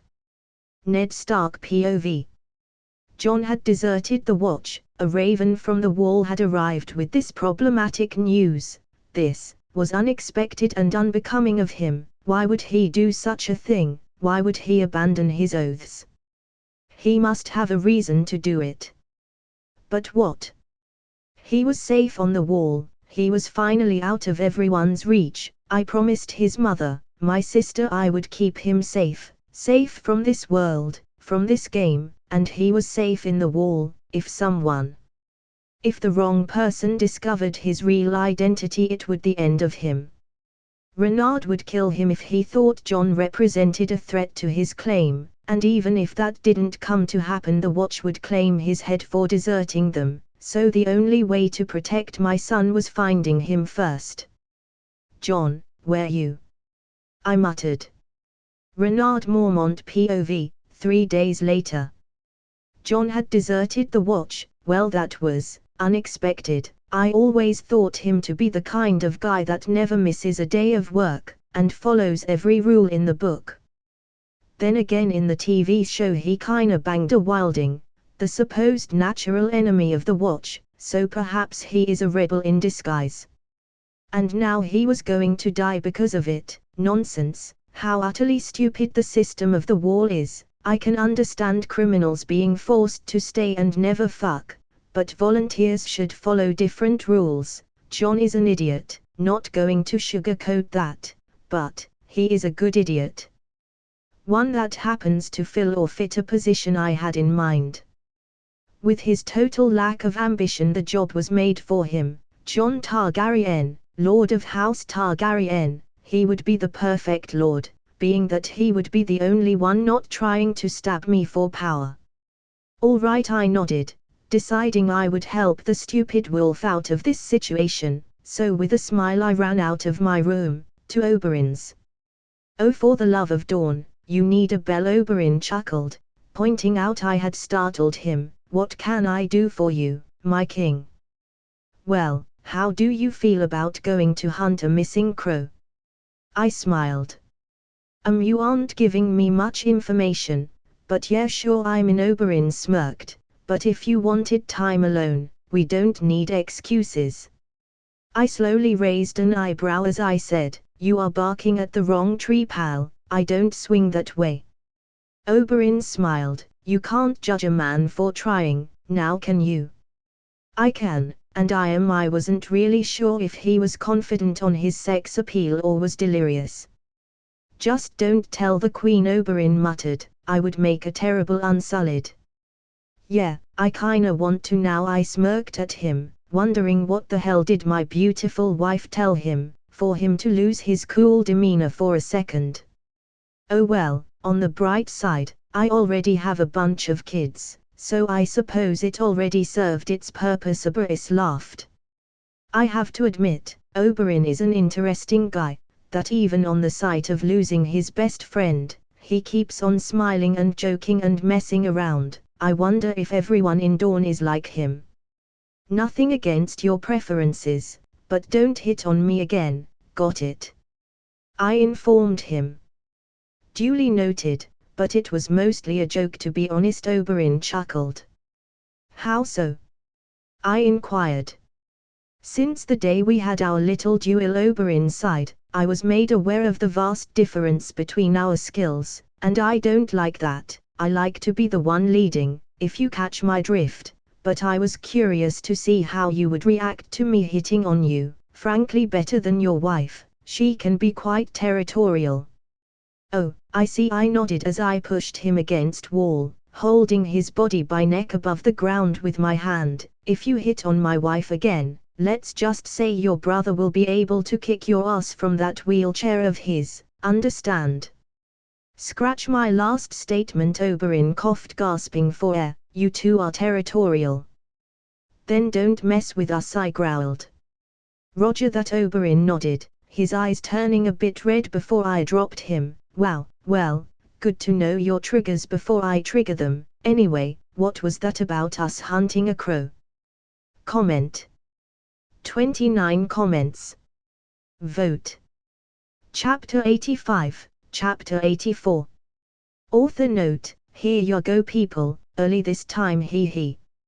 On other news, I will eventually make a post so that you guys can help with future ideas for novels. With love, your cornbringer. If you wanna read ahead some succulent chapters, go to https://www.patreon.com/cornbringer. Finding John was easy, barely an inconvenience, being that I had over 100 ravens looking for him. It took a few hours to get his location, and another few to arrive where he was. From afar I could see he was tired, like he hadn't slept for quite a while. His entire setting was depressing. By his side, there was a big white dire wolf, quite the creature, majestic if I might add. A few hundred meters away, I could hear the hounds from the watch, coming for him, howling in their persecution. We are looking for that kid. Why? Oberyn chuckled. He has a role to fill, and is the only one I know that can. I rolled my eyes at the old snake, as I slided through the snow towards John. It took a few moments, but his wolf was the first one to notice me. Ghost immediately put on a defensive position in front of John, making me chuckle. How adorable. I wrestle with dragons, a wolf is a day in the spa for me these days. Hell, there I rolled towards John, landing on a perfect T-pose. Renard. John muttered in disbelief, questioning what his eyes were seeing. And Oberyn said as he rolled beside me, Oberyn. That was fun. See, you can do stuff with all the snow around, I chuckled. I have something important to tell you, John said, coming back to the living world after a minute of processing my sudden appearance. No time to waste, I chuckled, pointing to where the dog sounds were coming. They are coming for you, and I would rather avoid killing people to save your sorry ass. I wouldn't mind, killing people can be quite fun, Oberyn smiled. Don't pay attention to him, he is crazy, I sighed. Aren't we all, my king? Aren't we all? Oberyn laughed. Ignoring Oberyn, I called the 3 horses I had brought with me, giving one to John, and immediately rode us to Winterfell. Asterisk for the apples, asterisk, one of the horses shouted with a bloodthirsty smile. Asterisk, we aren't fighting Asmo, nor we will fight any time soon, asterisk, a more calmed horse said, taking a deep breath. Asterisk, well, we can still ride for the apples, they are good either way, asterisk, my horse commented. Eventually I started to tune out their conversation, as I focused on the scenery around us. From where we had found John to Winterfell it took us roughly 5 hours on horse, which on foot would have taken John a couple days, or more. I already had some men waiting for us in Winterfell, around 300 to be precise, These guys were ones that I had brought with me beside Oberyn to help me with this hunt, but in reality I had brought them for no real reason, besides giving their salaries a reason to exist. I'm finally here, Jon said with a faint smile, probably thinking his father would cut his head for deserting his brothers in the watch. The kid is making me feel depressed, Oberyn said, eyeing Job. I don't like feeling sad. I have but 3 emotions, angry, horny and happy. I don't want a fourth. Make it stop. I had to stifle my overwhelming desire to laugh, as to avoid making Jon feel even worse. It's okay, Jon, no one will kill you. Today at least. I don't fear death, Jon sighed. I was ready to die the moment I decided to break my oaths. Once I deliver the message I came to deliver, I will be fully ready to embrace death. I eyed him for a second before sighing. You know nothing, Jon Snow. That feels like something catchy, like a motto. Oberyn smirked at Jon. I like it, I will use it now. Perhaps death is a gift. Jon muttered, glaring at Oberyn, as he followed us as we entered Winterfell. Inside the walls of Winterfell, there was all the Starks waiting for us, practically in the same formation they had when they welcomed Robert Baratheon in the show. Ned Stark was the first one to greet me, with a smile that tried hard to hide his doubts, not of following me, but wondering if I still resented him. My king, I have kept the North safe for you, Ned Stark said as he eyed me for a second, before adding, you have changed a lot. I nodded. Lord Stark, good to see you alive. I'm glad my countermeasures to keep the North stable worked. That was partly a lie. I had originally made the deal with Varys to save the girls. Him surviving all that shit wasn't a factor I bothered to consider at the moment. But that doesn't mean I won't milk this cow, forever reminding him he is alive because of me. All thanks to you, Your Grace. Ned Stark smiled. My wife, Catelyn Stark. Approaching Lady Stark, as Lord Stark was presenting her, I noticed she was practically murdering me with her gaze full of disgust and hate. The love is palpable, I chuckled. Excuse me, my lady. Oberyn approached her with his trademark smile. I would love to invite you to Dawn. I'm sure my people can weaponize the venom coming out of your eyes, putting it to better use. Everyone gasped his shock, while Arya and I shared a silent chuckle. Don't waste your poison on that man, he is quite resilient, believe I know. You can't fool me, you are and will forever be a small good-for-nothing peasant, and if I had it my way you would be dead by now. Catelyn hissed at me, but you will soon, so don't trust anyone in the North, Your Grace. Cat! Ned shouted, by this point his face red with anger or embarrassment. Oberyn approached me and whispered with a smile, I haven't seen someone hold this amount of hate since Cersei Lannister, and let's just say it's not normal. You are nothing but a dash. Catelyn was about to start her verbal assault, but a glare stopped her for a moment. I'm not interested in the puny thoughts of an idiot, I said, making sure each word was loud and clear. Ned tried to approach and defuse the situation, but Oberyn took a step forward with a smile that said, take another step and we'll be dancing. I won't stand and let my family follow. Taking a step forward, I closed the gap between us, making her fall to the ground, fear starting to sink in on her head. Not only you have disrespected me but also decided to waste my time with your sorry presence. So next time you would do well to remember your place and bow, I growled, seeing the tension building up around. Rob was like a cat ready to pounce at me. Ned was on the same situation with Oberyn. One wrong move and a brawl would break free. I won't allow, Catelyn started, but I wasn't going to let her talk. Shut your mouth. I shouted loud enough to make an echo thundered through the city, making the birds fly out the trees in alarm, and in turn making Catelyn immediately comply. You have failed your house and your family, and your only chance to redeem yourself is to obey this simple order. You are to never show your face again to me, or leave Winterfell. Meanwhile I will take the crown, rule the 7 kingdoms, and in the process I will take immense satisfaction in knowing you couldn't do anything but comply. Is that clear? Caitlin was shaking at this point, sweating her own weight by the second. I made sure to let her know with my eyes should she speak again I would kill her. Caitlin nodded, lost in thought.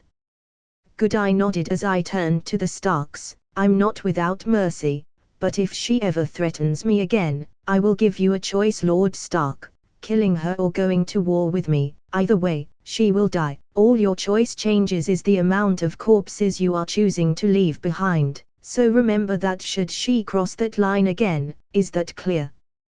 Crystal Ned Stark nodded.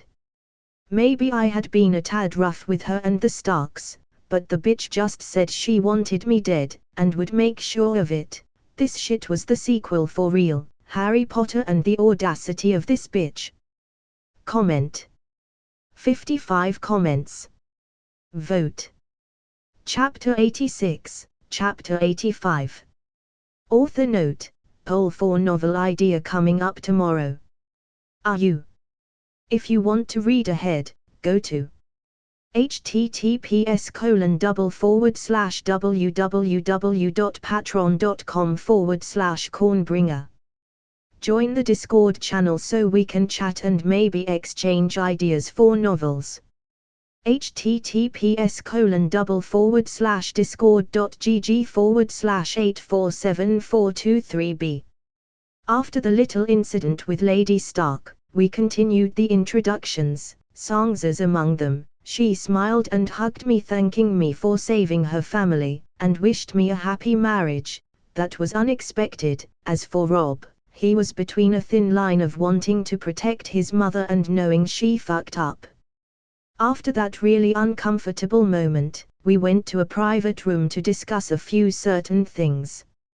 For one, John wanted to tell me something that he said was really important, and considering he was in the war recently I can already tell what. Ned, on the other hand, wanted to discuss our alliance, and his son betrothal, which we had accepted but under the condition, the arrangement could be broken at any given time if Daisy deemed the boy unworthy of her time. On my part, I wanted to discuss and start planning our strategy against the Lannisters. Father, King Renard, winter is coming, John said with a dreadful look on his face, fear very prominent on his entire self, confirming my suspicions. And? Oberyn inquired. Summer is coming and you don't see me crying. I chuckled, turning to John, letting him. I wanted him to continue. I saw them, the White Walkers from the stories. They are coming, John said, his expression filled with a deep fear that somehow was overruled by his strong sense of duty. John, that's a child's story, Ned Stark said with a worried expression. His son was going crazy. No, it's not, I said before John could even defend himself. Elaborate, Oberyn inquired with a serious expression. He knew I rarely joked or messed around. It's one of the main reasons I decided to get the crown, because alone we stand no chance against the army of the Death. I sighed. For the first part I had no idea how strong the Night King was, and secondly his army was probably bigger than mine as of now. John was surprised and relieved. I believed him while Ned was mostly confused. Dragons are real, magic is real, the White Walkers are, if you think about it, pretty believable. How do you know they are real? Ned inquired. I could see on his face he didn't believe me. The same reason fire doesn't work on me, I answered. It was partly a lie, but it would get the job done. The same way I knew how to hatch the dragon eggs, and the same way I knew you would die if I didn't save you. How? Oberyn inquired. The god of light, or Allah, I sighed. I didn't like giving him credit for all of that, but when in doubt how to explain something, use the default option, faith. I didn't consider you to be the religious type, Oberyn said, tilting his head, and he was right for the most part. I fucking hated the gods of this world. I'm not, fuck this god, he put a bunch of responsibilities on me, and all he gave me for this important mission was the ability to survive the one thing the others don't use, fire. I spat, like for real, make me ice resistant or something. Yes, the fire thing helped me to hatch the dragons, but besides that, it would be a useless skill. A god told you? Ned said with a tone that said, I don't believe jack of what you are saying. I know it's hard to believe, but I have proof. I sighed, knowing the best way to make them believe me was showing them something so hard to dismiss they would have to accept my word as facts. Let's try and burn me, shall we? Well, now this is interesting, Oberyn commented with a chuckle. It was time to show the world that I couldn't be burned, and that fear would at least make the White Walker's /God story sound less crazy. So with that in mind, I proceeded, ordering a servant to set a campfire outside. Once the fire was set, I put my naked hand on the fire for 5 minutes. This is interesting, Oberyn muttered, looking at my hand with complete shock, seeing how the fire burned the wood but left my hand intact. Impressive. Only the Targaryens were known for this uncommon feat, and not even all of them. It was said that just some privileged bunch among them were blessed with dragon blood, and like you had this unique fireproof ability. Well, I'm no Targaryen, I chuckled, my hand still on the fire. Impressive, Jon added, looking at my hand closely. That much is true, Oberyn chuckled. Turning around, I noticed something that I didn't expect. Ned Stark was worried, terrified, his eyes fixated on my hand, but I could see it wasn't the fact I couldn't be burned that worried him, but something else that bothered him. And then it hit me, what was happening through his head was Jon. He must have tried this with Jon at some point in his life when he was a baby or something. Either that or Jon touched fire by mistake and this situation is putting him on an edge. But there is a Targaryen among us, I smiled, giving Oberyn a look. Oberyn's eyes widened in surprise as he immediately put all the dots together. The fact that we had come to save Jon, and that I promised him he wouldn't die. I never expected that of the Honorable Wolf, to betray his friend that hard. Oh, this is priceless, Oberyn laughed, his eyes glued on Jon. Ned Stark was at this point sweating, which was by itself very hard considering the temperature around us. I don't know what. Ned, it's okay, I won't hurt him, I sighed. If there was someone I wanted to be a lord was Jon. He had no ambition, and was loyal as fuck. Who, what is going on? Jon asked, looking at his father. You, I pointed at Jon. Me, no. I'm a bastard, Jon said with the utmost confidence of what he was saying. Nope, your father is actually your uncle. This comment made Ned tense up. Your mother was Lyanna Stark and your father was Rhaegar Targaryen. Oberyn finished for me. It all makes sense now, Ned Stark breaking his oaths. That was hard to believe, but him lying was even harder to believe. We always assumed Jon's mother was a Sheridan, but even that was far-fetched. Father, tell me, is a lie, or a joke of bad taste, please? Jon said, confusion, doubts, and uncertainty on his eyes. He was starting to believe our words had some merit. You won't hurt him? Ned inquired, ignoring Jon. Never, I mean. If he tries to hurt me, then yes, but otherwise, we are good, and that was the truth. I would never hurt Jon just because he had Targaryen blood, because of how he was raised. I knew I could trust him. Father. Jon was on the verge of melting down, his emotions fluctuating like a Christmas light.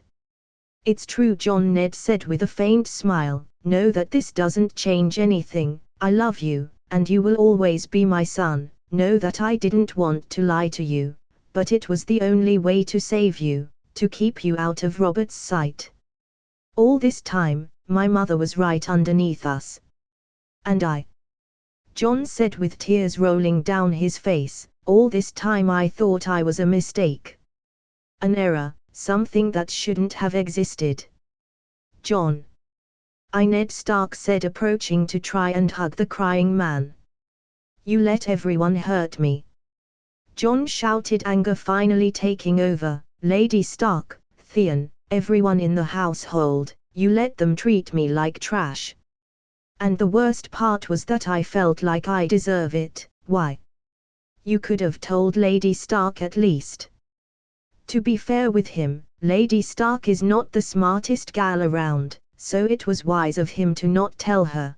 Then again, I don't really know if she knows how to keep a secret. While it was true Ned managed his situation quite badly, he didn't do everything badly. My experiences with Lady Stark say she would have killed John by telling her sister or something. Shut up! John cried out. Hey, I know right now you are going through an emotional moment and all, but try that again, and I will introduce you to the ground, and believe me, your relationship with it will be intimate, I warned John. I will steal that phrase, Oberyn said as he wrote what I said on a piece of paper. Let's give them a moment, I sighed, deciding to let the two wolves talk their shit out. I have a feeling that if I stay I will end up beating the crap out of an emotional teen, and I know I will feel bad about later. Fair enough, Oberyn chuckled, following me close behind. Core. We will stay. Core, asterisk. Asterisk core. This is too good to miss, asterisk. Asterisk, I bet motherfucker will punch motherfucker B. Core, asterisk. Was that a raven with a black coat and an eye patch? Comment. 47 comments. Vote. Chapter 87, Upcoming Novels.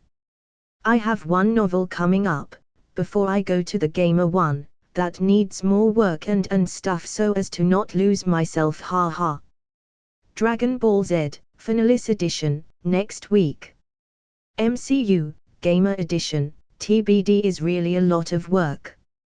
Comment. 21 comments. Vote. Chapter 88, Chapter 86. Author note, upcoming novel Dragon Ball Z, Finalis Edition. If you want to read ahead, go to https://www.patreon.com/cornbringer. Join the Discord channel so we can chat and maybe exchange ideas for novels.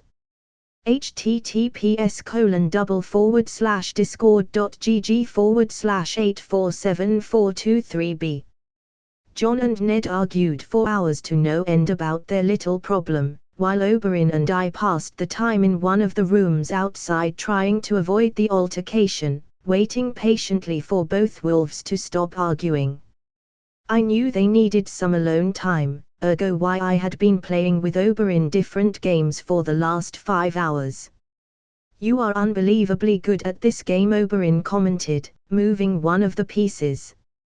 Thanks, I smiled, moving my queen to checkmate him. Once again I have lost, Oberyn sighed. While I love being destroyed in every single game we play, don't you think those two had enough time to deal with this? Maybe, I don't really know, they need to work things out themselves, I shrugged as I set the pieces back in place in the chessboard. I suppose, well, I already lost 50 games, Oberyn chuckled. I don't think losing 50 more will make my self-esteem go any lower than already is. Oh come on, is not that bad, I chuckled. Who in their right mind would play if they knew defeat was their only path, Oberyn said, and well, he had a point, he had been losing since we got here. Fair enough, I conceded, as if in cue John entered the room, his eyes red from what I assume was all the crying he did. Well? I inquired. Please tell me you two solved this. Oberyn inquired with a bored expression. I will kill someone if you said you didn't, and I already tried with Renard and that's impossible, so that leaves you and your father, Oberyn said in a playful manner, but I couldn't be too sure, he was unpredictable at times. I'm sorry for the way I behaved, my king, John apologized, probably for the way he shouted at me a few hours ago. Apology accepted, I smiled as Ned Stark entered the room behind him. We are ready to talk about the walkers, Ned Stark informed us. I eyed the two wolves for a second, wondering if I should try and see if they fixed their shit up, before realizing I didn't care if they patched up or not. I wasn't a family counselor or something. Very well, I nodded. Finally Oberyn smiled, happy to do anything but play games with me. There wasn't much to discuss about the White Walkers and how to deal with them, because the plan was still the same. I would put the 7 kingdoms under one banner and face the long night of winter with humanity. No, with the living as one, only then we would have a chance against the others. A part of me was confident I could face this challenge like I had done before with other challenges, but another part of me knew I could still lose. It wasn't a single man I was facing, but an army that doesn't slow down, an army that is fearless and has nothing to lose. I was but one man, against a monster, but I would have to find a way to win, for my kids, for my wife. I didn't care about anything else but ensuring they survived. I'm ready to be turned into the Watch, Jon said with determination. Well, too bad that ain't gonna happen, I sighed. You are part of almost extinct house, you are needed elsewhere. I made an oath, Jon said, making me wonder how the hell someone so stupid survived this long. I'm the king, and I get to decide if that wall gets you or not, I said with a tone that depicted that I wasn't leaving any rooms for arguments. You are Jon Targaryen, the Lord of House Targaryen. You are needed on the living, Jon, and you know it. We will face the long night, and we need every man. I'm not fit to be a lord, Jon said with his head low. No one really is. This game fucks with your mind. Believe me, I know, I chuckled, as I poked him in the forehead, but we do the best we can, and I know you will. Now, stop whining, get your lordy pants up and shut up. Jon Targaryen was about to start with the same repeated line about how he made an oath and blah blah, but a simple glare was more than enough to silence his whining. I will fight for the living, as one of your lords, my king. Besides, the Watch won't be complaining too much, of that you have my word, I smiled. My plan was simple, to buy their compliance with gold or men. I'm sure they would happily let Jon go if they got better equipment or more men. Of course this plan could still fail, in which case I would use force to subdue them, so I suppose I will see when the time comes. You won't kill them, right? Jon inquired with a worried expression. Oh God, no. I mean. I hummed deep in thought. I'm down either way, Oberyn commented with a happy smile. There won't be any killing, Ned Stark said, entering the conversation. While very rare and uncommon, is not impossible to get out of the Watch, especially if you have a king on your side and the commander doesn't complain about it, which I doubt he will, so you practically have your freedom back already, son. Well, that settles that, I smiled. Sansa Stark POV. Renard was different, more mature, more handsome, and more frightening. I wonder what kind of things he has gone through to be how he is today. Father always said, war changes a man. I suppose it's true, and if I know him like I think I do, he must be doing almost everything by himself, which most have him on a constant edge. But it didn't matter how much he had changed, because deep down he was the same guy that changed my life, saved my family and showed me that life was more than following my role. Renard sure looks awesome, Arya said as she practiced with her new rapier. I wonder how strong he is. Well, he has yet to lose a battle, I giggled. I read that Dothraki only follow the strong, and that the Kyles must be undefeated to rule. And he has the biggest Khalasar in history, right? Arya inquired excitedly. Yes, I nodded. Then I have to train extra hard if I want to be his best warrior, Arya smiled, as she continued with her training. I'm sure he will be delighted to hear that, I smiled at my little sister. Catelyn Stark POV. Fear was the main emotion I felt when thinking of Renard now. I was afraid of him. His eyes promised me death should I cross him again. I had never seen such a monster before. He wasn't the young man I had met years ago, nor the bearer of the stories that came across the sea. No, he was a monster, a very dangerous one. Please gods, guide me, I prayed, as I begged the seven to help me. Renard POV, outside Winterfell.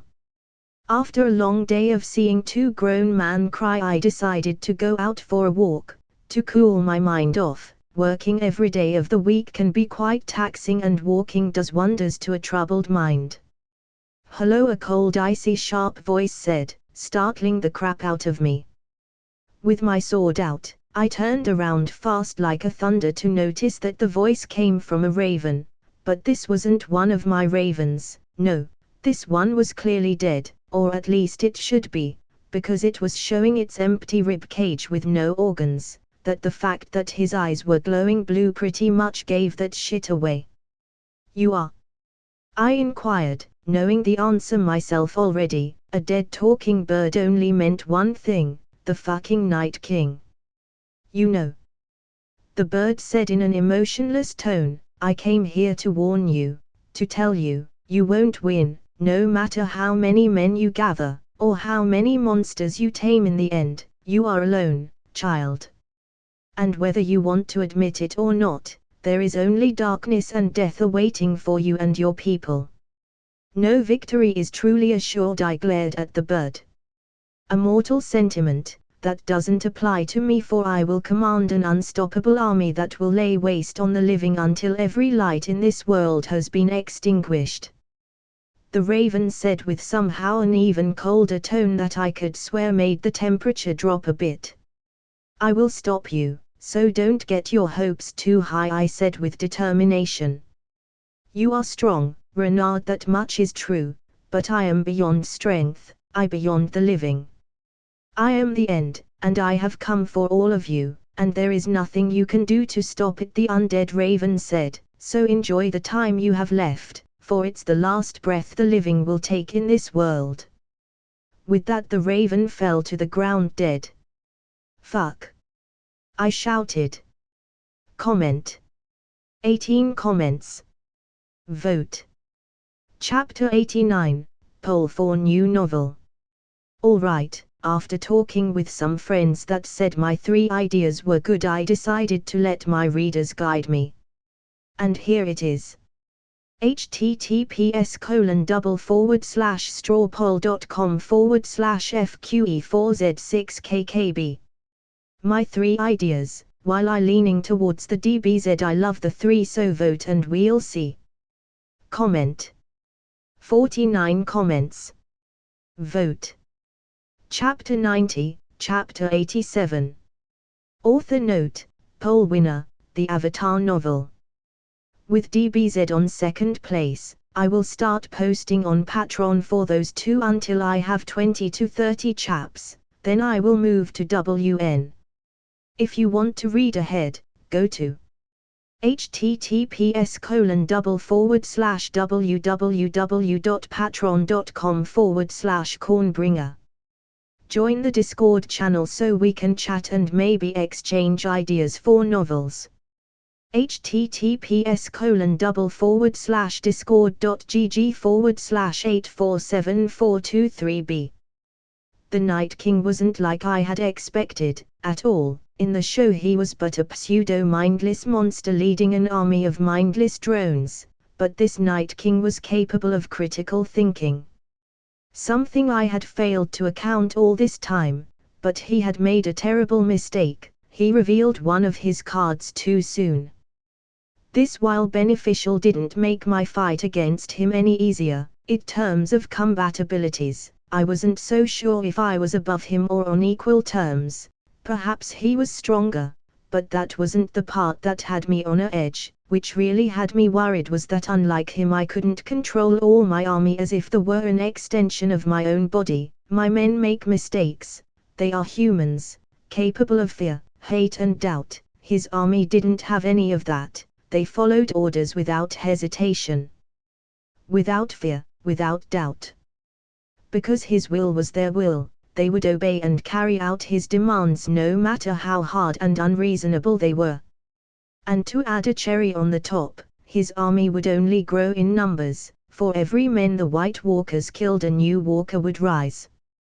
Fuck, I growled, punching the tree what the Night King Raven had been. But even in the hardest situations, victory is a possibility. I had to exploit what I knew about them, their weaknesses. If the Night King was smart now, it was pretty possible he was already aware of his one weakness, Valyrian steel. That and the fact that if he died every soldier would, so knowing that and putting myself in his shoes, I knew he would probably avoid direct confrontation if he wasn't sure of his victory. Which meant I had to weaken his army. The only known weaknesses that the White Walkers have shown were their vulnerability to weapons made of dragon glass or Valyrian steel, and fire. But their weaknesses weren't all equally effective. For example, in the show it was shown that a White Walker, upon being stabbed by dragon glass, would make its body change as if freezing, slowly turning to ice from the point at which it was stabbed, causing the walker apparently a massive amount of pain. Depending on where the walker was stabbed, it will depend how long it takes the monster to die. Eventually the walker will succumb to the wound and begin to crack and fall apart, as its icy body shatters until there is nothing left but powder. On the other hand, Valyrian steel is exceptionally better at dealing with them, having the same effect, but working much rapidly, shattering White Walkers with a single blow regardless of where said blow is.